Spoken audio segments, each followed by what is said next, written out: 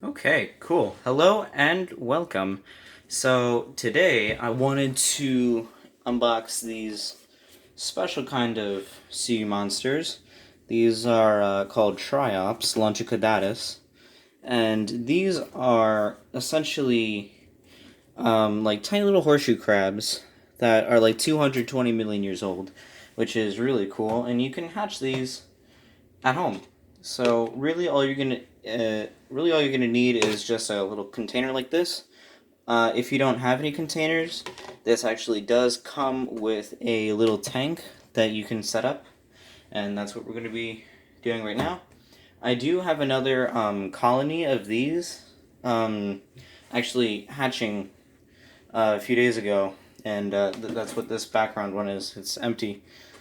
So yeah, I'm trying to grow a giant colony of them, and hopefully this will succeed, I hope. And I do not have scissors. Where are my scissors? Oh no.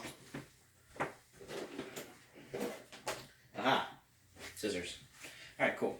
So, what you're going to need is you're going to need distilled water.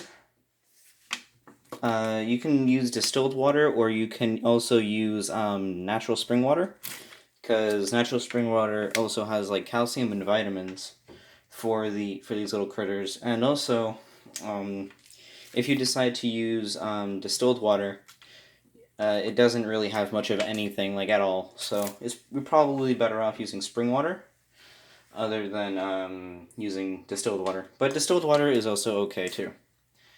So what you get inside this box, this is the Smithsonian one. There's also different variations of what you can purchase online. I think this was $13 off of Target, so which is not too shabby. Some of them go upwards of like $40. I don't know why. Like if you were to go on Michael's or something, it would be like $40. But so yeah. Oh, that cut through like a knife through butter. Hot butter patty. Okay, so what you get inside here, the nice Smithsonian thing, and oh, look at that. Okay, cool. So what you get is this little container, and you get a poster to go with it. So you get a poster, container. Now this poster has, oh, it also has a background for your little tank. It's a picture of a T-Rex. And you can also hang this up on your wall. It has a bunch of facts about Triops, and on the back, that has the instructions. These are some very big instructions, and I already know how to take care of these. I've been taking care of them for before I was even alive. So I'm just gonna take this out through here. Gonna throw that away. I'm not going to be using this. That made a bad noise. I'm not going to be using this this tank right here, because this actually tips over very easily, and that tips over. That's a bad day. And also, it just seems a little too thin. And I can't. When they grow up, they're going to be at least like 2 or 3 inches. So I kind of want to give them the best quality of life, and they can't really have that in like what, probably an inch and a quarter of space. So that's obviously a no-brainer for me. I'm going to put them in a 5-gallon to 10-gallon tank when they're in adults. So that would be pretty nice. So nothing else in the box there.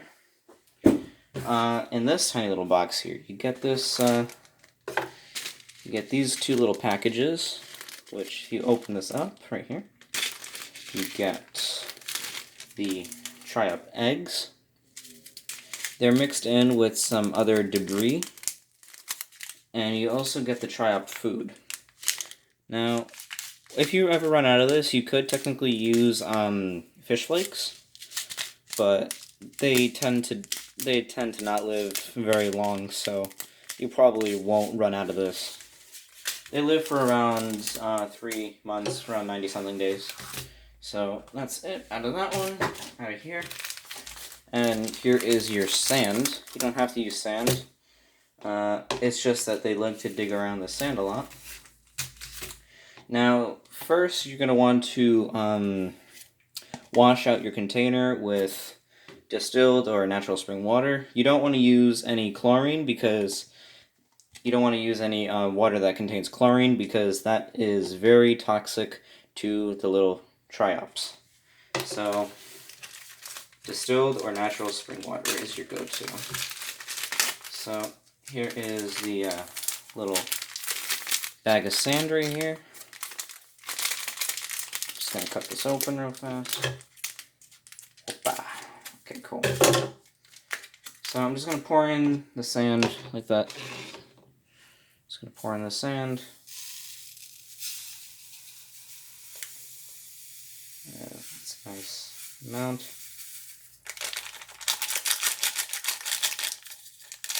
And again, you don't have to use a Tupperware container. You can just, if you don't have anything else, you could use the tank. I just don't like using the tank. You just shake it up a little bit. Get it nice and even. It doesn't have to be too deep. Just enough so that they can, you know, dig around a little bit. Hold on a second. I think these might have eggs too. I just kind of like looking at them, and I see like little dark spots. Those might be eggs. I'm not sure. So after you're done pouring your sand, I'm just gonna put the food off to the side. Take this out of here. Take that out of here. So I'm gonna put the eggs right there. These actually, the eggs can survive. I think above 100 degrees Fahrenheit. Just dormant like this. They can survive also several degrees below zero, which is pretty cool. Oh, and they can also stay dormant for up to 10 years, which is crazy. So I'm gonna just use the rest of this right here. Just use the rest of this water. Okay, and I'm also gonna use this water right here. Actually, this one's a little bit warmer.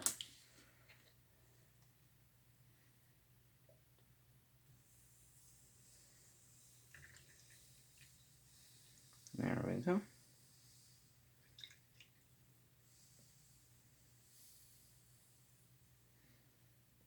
One bottle should be enough, or 1.5 bottles should be enough for, actually, yeah, one a little bit should be enough. Oh, that's empty. Nerf. Yeah, so.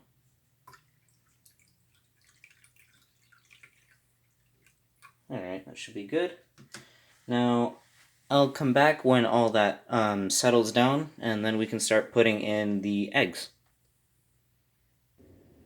Okay, so it's cleared up a little bit.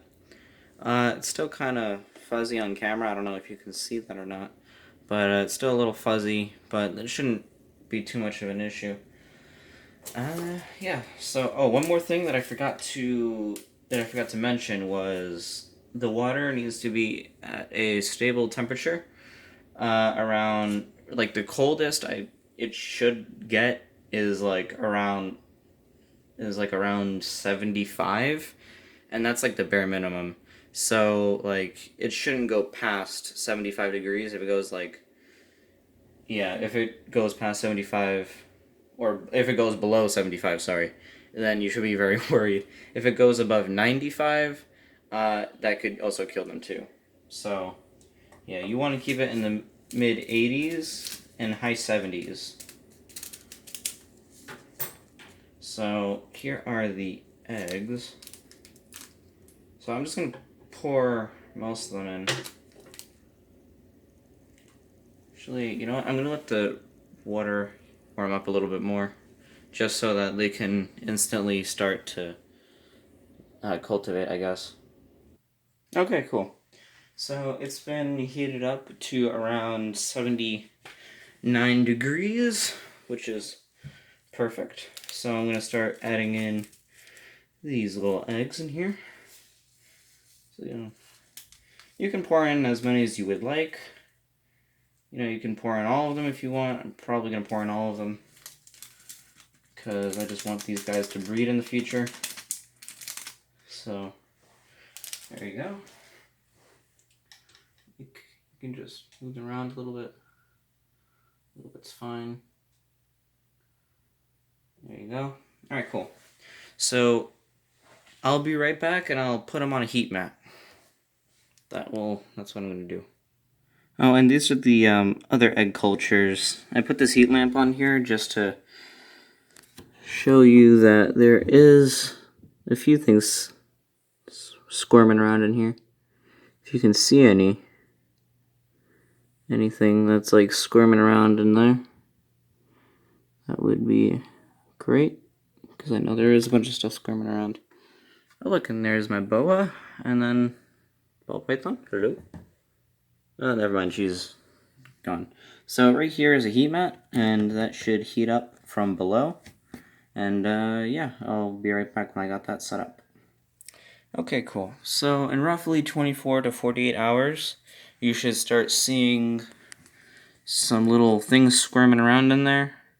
There'll also be some brine shrimp, I'm sure, just squirming around too. I think that's food for the Triops, but I'm not sure. So I'm just going to give that a little bit to settle. And I should have a part 2 coming probably tomorrow or day after, depending on how this goes.